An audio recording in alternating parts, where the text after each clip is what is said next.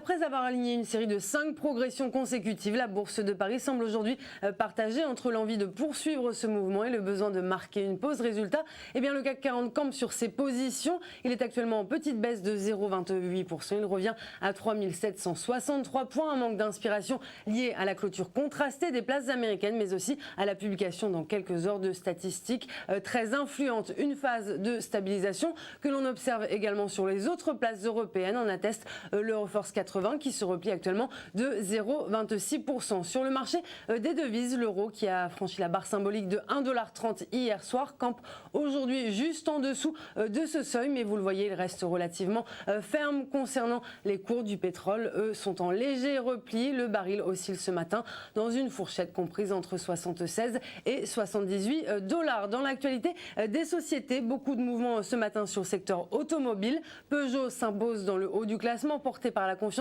de Morgan Stanley. Il est suivi par Renault, qui est également très recherché dans le sillage de son partenaire Nissan, qui a signé une très belle séance sur les places asiatiques. Un palmarès désormais complété par Alstom, déjà auteur d'une envolée de 4% hier. Mais l'actualité se concentre essentiellement ce matin en dehors du classement au sein du SRD, où plusieurs sociétés ont dévoilé leurs résultats. C'est le cas du groupe Partouche, qui a dévoilé un troisième trimestre très solide. Résultat, le titre se hisse dans le haut du classement. Une belle séance également pour Mersen, ex-Carbone Lorraine, qui dable désormais cette année sur une croissance organique à 2 chiffres. Et enfin, le toujours très spéculatif Nicox bondit ce matin de près de 2% après avoir signé un partenariat avec le laboratoire Merck. Je vous rappelle que le CAC 40 est en petite baisse de 0,29%. Merci de nous avoir suivis et rendez-vous demain pour un nouveau point boursier.